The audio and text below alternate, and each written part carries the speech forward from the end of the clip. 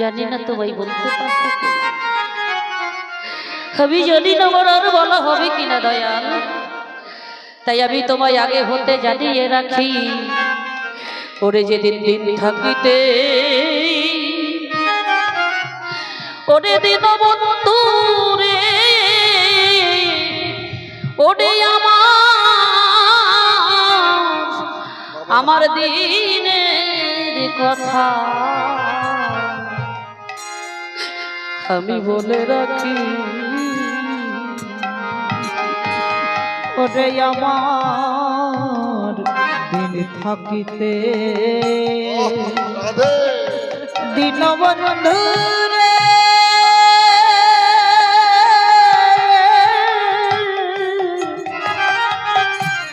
ওরে আমার দিনের কথা বলে রাখি। আমার এই দিনই যাবে সেই দিন আসবে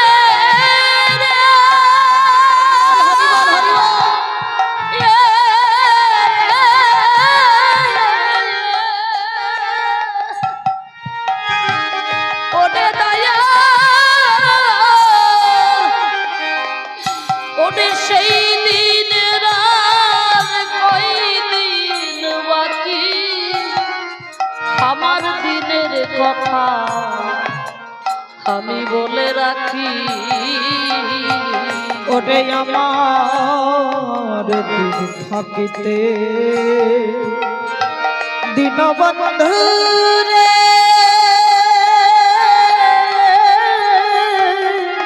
ওরে আমার দিনের কথা বলে রাখি। ওরে যেদিন যাত্রা হবে শেষে এই যাত্রা পথে, সেদিন কেউ যাবে না আমার সাথে, সেদিন অসময় দেখি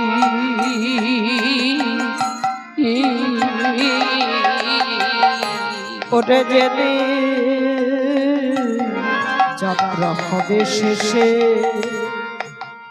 যাত্রা বলে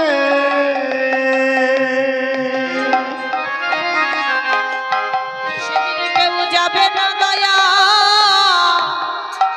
আমার সাথে, অসময় দেখে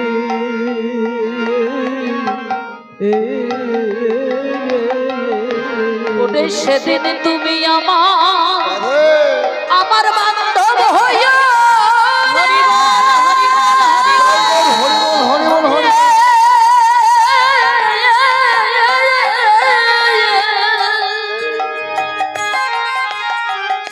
ওরে দয়া, সেদিন যেন দিও না ফাঁকি, আমার দিনের কথা আমি বলে রাখি। ওরে আমার দিন থাকিতে দীনবন্ধু রে,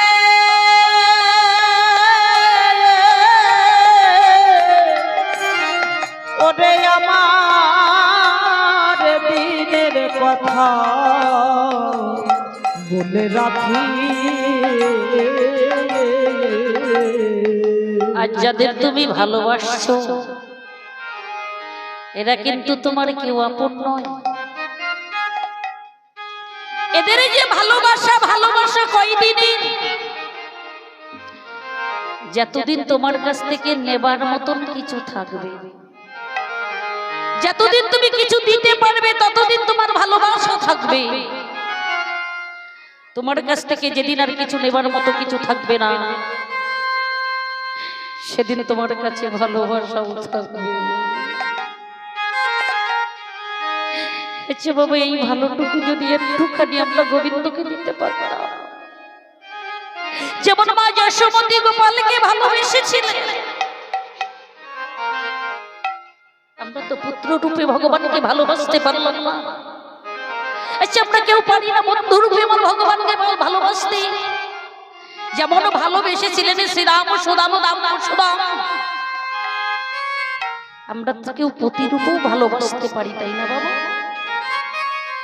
এতটুকু আমার ভগবানকে আমরা কেউ ভালোবাসতে পারলাম না। একবার যদি তাকে ভালোবাসা যেত, সে চিরদিনের মতো হাত ধরে তোমায় ভগবতী পারে করে দিত। ভগবান বললেন, ওগো একবার নয়নে জলে বুকু ভাসিয়ে কেউ যদি আমার সাধন রাখতে পারে, আমি যে তার হয়ে যাই। তাই এমন ভাবি আজ গোবিন্দ গোবিন্দ বললেন, ওগো কৃষ্ণ নাম করো, এখনো সময় আছে, এখনো সময় আছে। তাই গোবিন্দ আজ খেলা খেলতে খেলতে খেলা পরিত্যাগ করে যখন চলে যাচ্ছে, অন্তরঙ্গ সখা সুবল বলছে, ভাই কানাই রে, কানাই রে, তুই প্রতিদিন খেলার মাঠে এসে কত নতুন নতুন খেলা খেলি, খেলা খেলি, কিন্তু খেলা শেষ হতে না হতে খেলা ভেঙে দিয়ে চলে যা, চলে যা। তোর এই খেলা ভাঙা স্বভাব ভালো নয় রে, ভালো নয় রে। কানাই আজকে তোকে বলতে হবে এই খেলা ভাঙার স্বভাবের কারণটা কি। কানাই বলছে, সুবল আমার এই খেলা ভাঙার স্বভাবের কারণ হচ্ছিস তুই। এই কানাই আমি আবার তোকে কি করলাম? কারণ সুবলের বদন আর রাধা রানীর বদন, রাধা রানীর বদন বিধাতা যেন দুটি বদন একই রূপে গঠন করেছে, গঠন করেছে। কারণ সুবল আর রাধা রানী এরা হচ্ছে জ্যাঠিত খুঁটিত ভাই বোন। পার্থিব জগতে দেখবে কেউ যদি জ্যাঠিত খুঁটিত ভাই বোন হয়, আকৃতিটা অনেক একরকম হয়। তাই সুবল হচ্ছে শুভানুর পুত্র সুবল, আর রাধা রানী হচ্ছে বিশ্বভানুর কন্যা শ্রীমতী রাধা, শ্রীমতী রাধা। তাই গোবিন্দ বললেন, ভাই সুবল রে, আমার আজ খেলা ভালো লাগছে না, তাই আজকের মতো তোরাই খেলা আপনার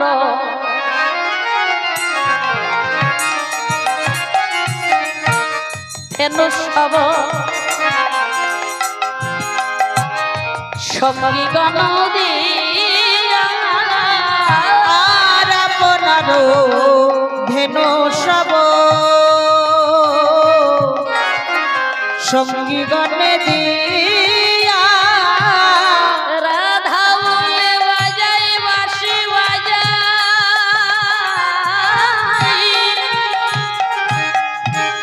রাধা বলে বাজাই বাঁশি ত্রিভঙ্গ হইয়া, আর রাধা বলে বাজাই বাঁশি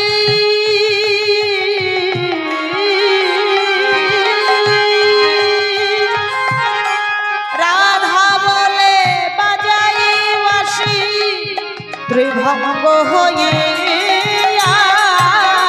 আর আপনার ধেনু সব সঙ্গী গণে দিয়া, আপনার ধেনু সব বলি অমনি বেজে উঠিল, আজ অমনি বাঁশি বেজে উঠিল, বাঁশি বেজে উঠিল, বাঁশি বেজে উঠিল, অমনি বাঁশি বেজে উঠিল। ওই জয়রা দেশি রাধে বলে অমনি বাঁশি বেজে উঠিল, জয় রাধে শ্রী রাধে বলে কৃপা করো বলে, জয় রাধে শ্রী রাধে বলে কৃপা করো বলে, জয় রাধে শ্রী রাধে বলে, রাধে কৃপা করো বলে, বাঁশি বেজে উঠিল, কৃপা করো বলে, বাঁশি বেজে উঠিল, রাধে কৃপা করো বলে,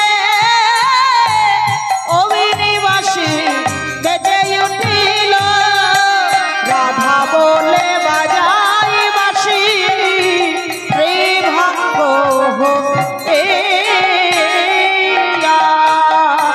হরে কৃষ্ণ।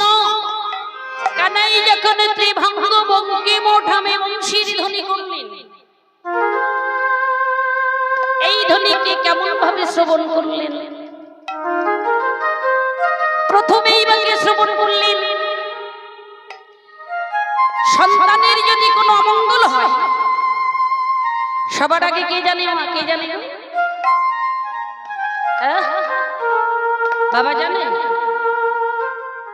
বাবা জানে না তো? তোর বাবা মনে হলো কেন রে? ওর মা নেই, ও তো মাটি ফুড়ে হয়েছে, তাই ওর মনে হয়েছে বাবা। হ্যাঁ, তাহলে সন্তানের যদি অমঙ্গল হয় আগে জানে কি?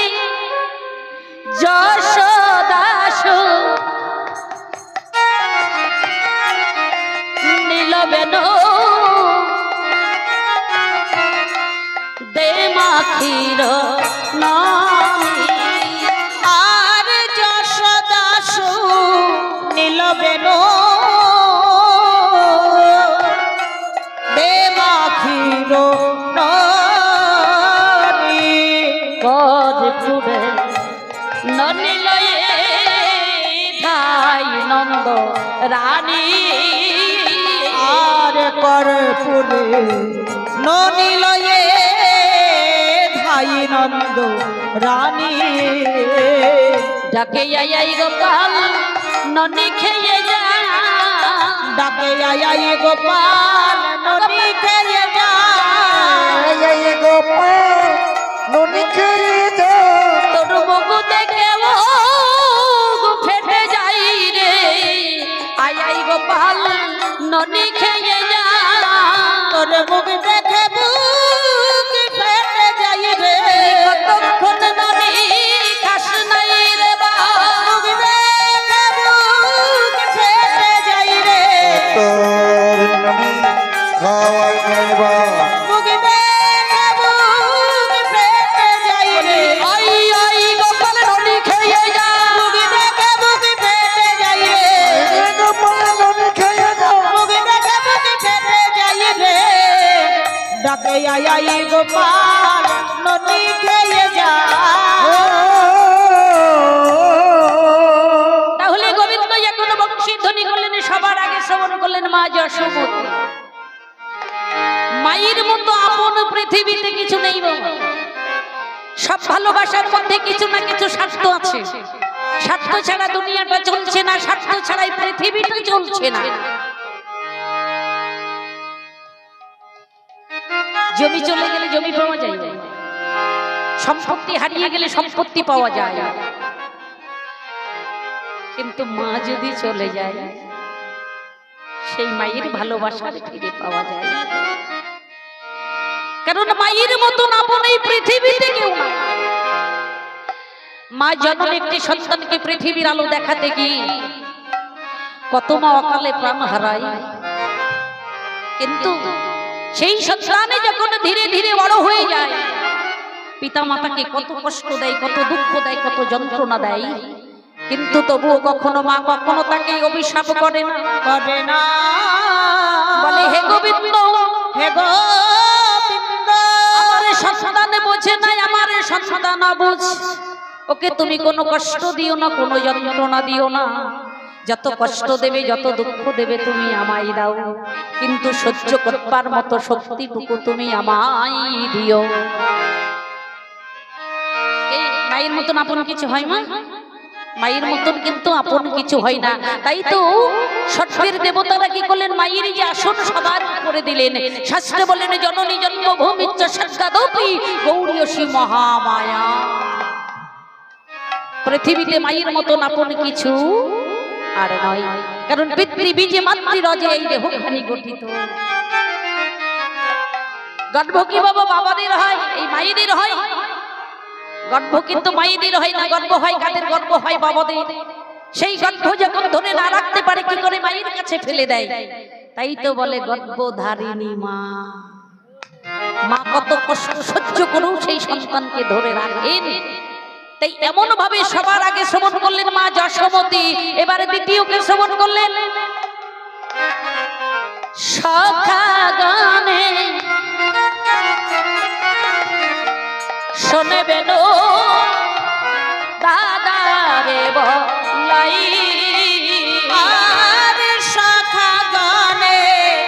শোনে বেরো দাদারে বলায় ওরে খর ভেঙে পালাইল তোর চোরা গাই আর খোয়ার ভেঙে পালাইল তোর চোরা গাই ওই চোরা ধেনু একবার ফেরা ফেরা রে চোরা ধেনু একবার ফেরা ফেরা রে ওই মন্দ খেলে মন্দ বলবে চোরা ধেনু একবার ফেরা ফেরা রে তোর খন্দ খেলে মন্দ বলবে ওই চোরা ধেনু একবার ফেরা ফেরা রে খন্দ খেলে মন্দ বলবে চূড়া ধেনু একবার ফিরা ফিরা রে তোর খন্দ খেলে মন্দ বলবে চূড়া ধেনু একবার ফিরা ফিরা রে খন্দ খেলে মন্দ বলবে এই চোরা ধেনু একবার ফেরা ফেরা রে হরি বল হরি বল চূড়া ধেনু একবার ফিরা ফিরা রে খন্দ খেলে মন্দ বলবে চোরা ধেনু একবার ফেরা ফেরা রে চূড়া ধানি মানে হচ্ছে কামধেনু এরা কেউ কারো কথা শোনে না গো এরা যারে যারে স্থানে টানে স্থানে টানে এরা কারা এরা দশিন্দ্র স্মরণী কাম ক্রোধ লোভ মোহ মদ এই যে মাৎসর্য তাহলে এদের একত্রিত করতে হলো এই গুরু চরণ কারণ গুরু ছাড়া গতি নয় গতি নয় গতি নয় শাস্ত্র বললেন কৃষ্ণ কৃপা জগতময় গুরু কৃপা কোন ভাগ্যবান জীবের হয় গুরু কৃপা সবার কৃপা হয় না বাবা কারণ কৃষ্ণ সবাইকে কৃপা করে রেখেছেন বললেন কৃপা করে পাওয়ার নামই হচ্ছে কৃপা ভগবান বললেন কর্ম করো ফলের চিন্তা করো না ফল আমি তোমাদের দিয়ে দিয়েছি। এই এমন ভাবে দ্বিতীয় শ্রবণ করলেন কি শাখাগণ তৃতীয় শ্রবণ করলেন কি পেতানন্দ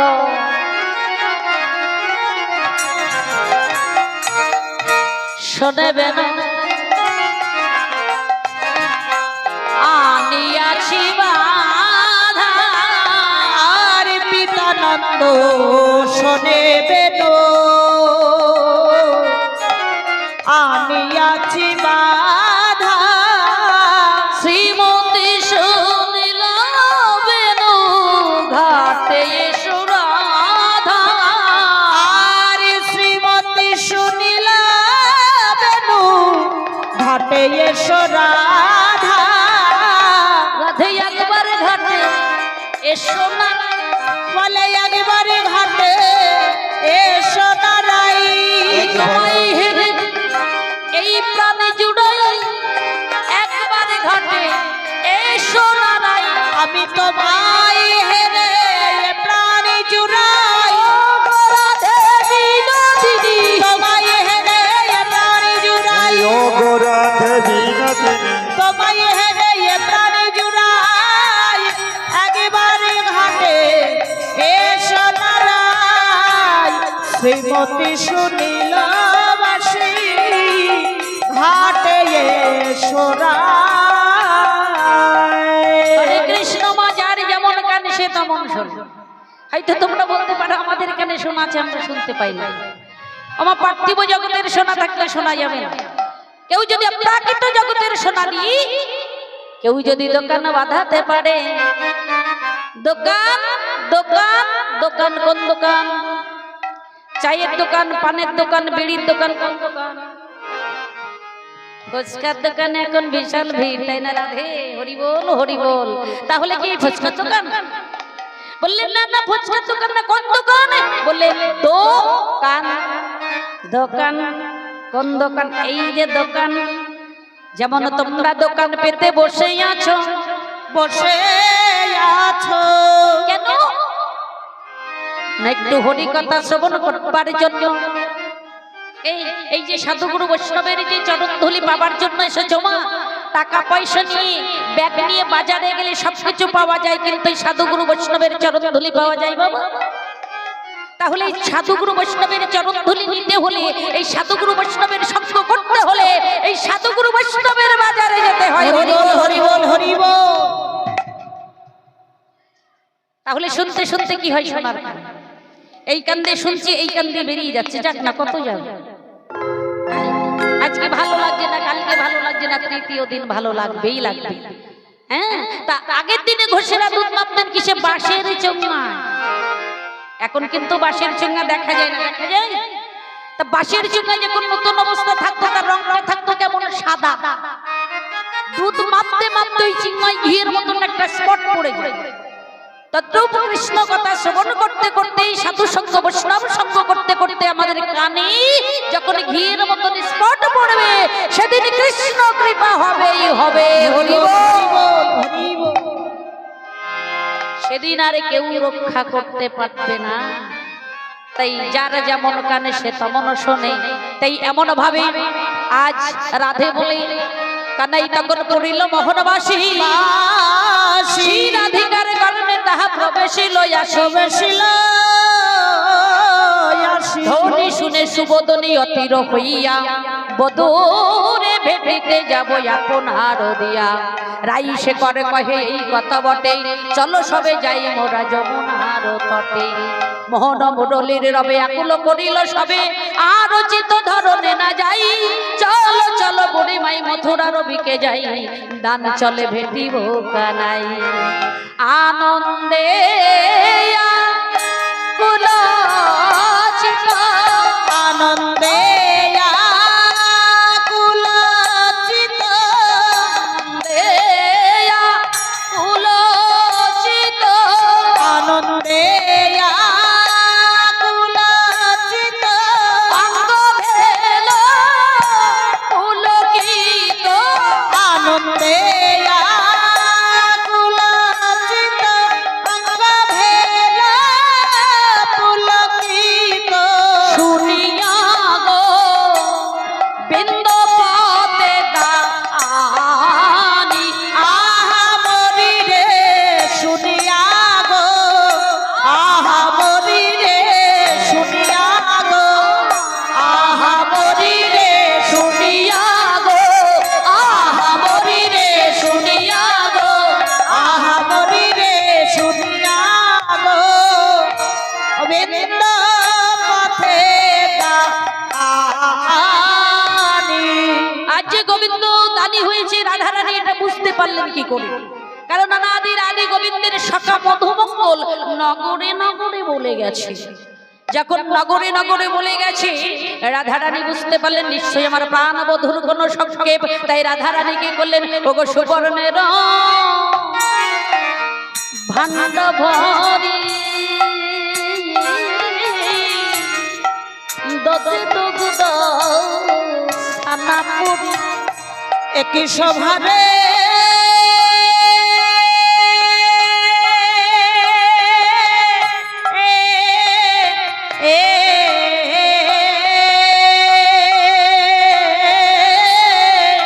কেবা সবারে ভাণ্ড ভরি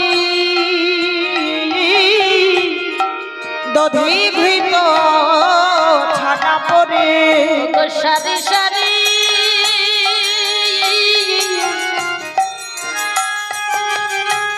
পশরায় পরে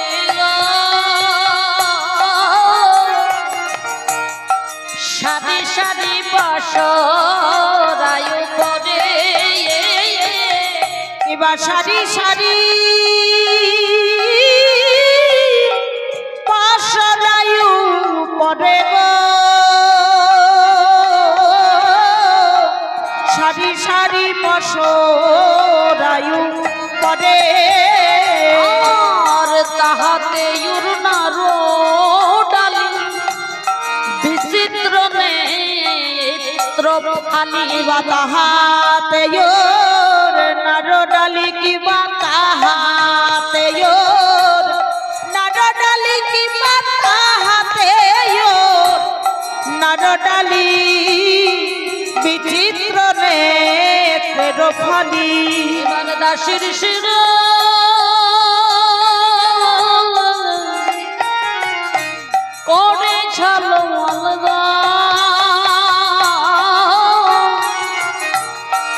দাসীর শিরে করে ঝলমা ওই না দাসীর শিরে করে ঝলমল গো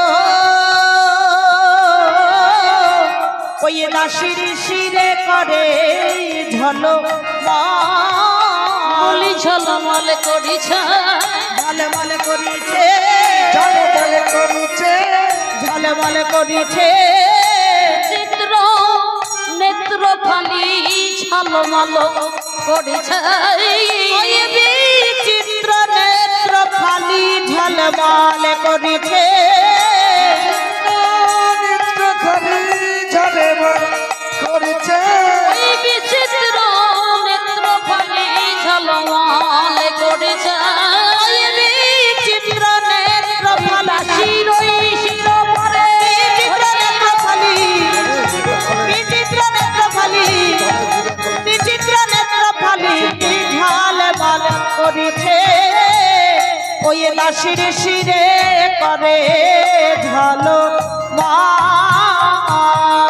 গুরু আনি নম্বর পরে পাতকানি টলমল করে যেন মত্ত মদ করনি রে লুটায় পিঠে কাকলি লুটায় মিঠে তাহে শোভে বিচিত্র বিচিত্র কিনে এমন ভাবে রাধা রানী দধি দুগ্ধ ঘৃত ঘোলের পশরা সজ্জিত করে একখানা বহিরি জগতের পশরা সেটা হচ্ছে দধি দুগ্ধ ঘৃত ঘোল আর একখানা হচ্ছে অন্তর জগতের পশরা সেটা পঞ্চরস শান্ত দাস্য সক্ষ বাৎসল্য মধু এই পঞ্চরসের পশরা সজ্জিত করে শান্ত যে রস ওটা কি করলেন পশরার নিম্ন দেশে দিলেন যাতে পশরা টলে পড়ার সম্ভাবনা না থাকে তাই রাধারানী পশরা সজ্জিত করে আজ গললগ্নে কৃত বাসে বললেন পশরা রে পশরাই আমি আল্লাহ ভোলা গোয়ালিনী আমি কৃষ্ণ সেবার কেবা জানি পশরা তুমি নিজে নিজে সেজে ওঠো তাই পশরা যেন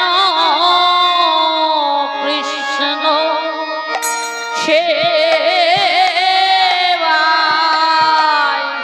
সেবাইলে গো গো ওই পশরা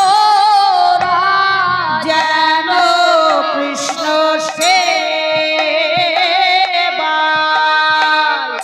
সেবাইলে গো পাশরা যেন কৃষ্ণ সেবা আমি সাজাইলে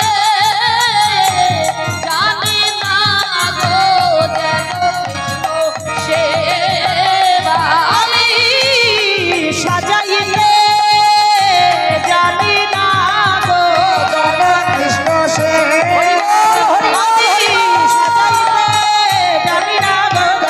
সাজাইতে জানি না গো যেন কৃষ্ণ সেবায় তাই এমন ভাবে আজ রাধা রানী দুগ্ধ ঘৃত গোলের পশরা সজ্জিত করে আজ বড়াই মাকে সঙ্গে করে আজ বললেন দেখো দেখো দেখো শীতল তরুল ছাহাই রহিয়া রহিয়া যাই যমুনার কিনারে দিল দেখা না গরু আসিল ততি দেখি আসে কুলবতী দান ছলে আগলিয়া আসি শিরে চূড়া ময়ূর পাখা বনমালা গলে নবীন মেঘের ঘটা কদম্বে বলে গোবিন্দ দাসে কহে লীলার বলিহারি যাই হইল এবে তরুল দানি বিনোদ কানাই আজ গোবিন্দ কি করলেন মাথায় পাগড়ি হাতে লাঠি নিয়ে ত্রিমুখের পথে একটি পূর্ণ ঘটে স্থাপন করলেন একটি পূর্ণ ঘট স্থাপন করে ঘটের গলায় একটি মালা দিলেন মালা দিয়ে আজ গোবিন্দ ঘটের সম্মুখে প্রণাম প্রণাম করে বললেন হে পূর্ণ ঘট তুমি আমার মনোবাসনা পূর্ণ করো তাই এমন ভাবে রাধারানী বড়াই মাকে সঙ্গে করে যখন চলেছে তখন গোবিন্দ বলছে কোথায় যাও হে গোয়ালিনী কোথায় তোমার ঘর কোথায় যাও হে গোয়ালিনী কোথায় তোমার ঘর কোথায় যাও গোয়ালিনী কোথায় তোমার ঘর কোথায় যাও হে গোয়ালিনী কোথায় তোমার ঘর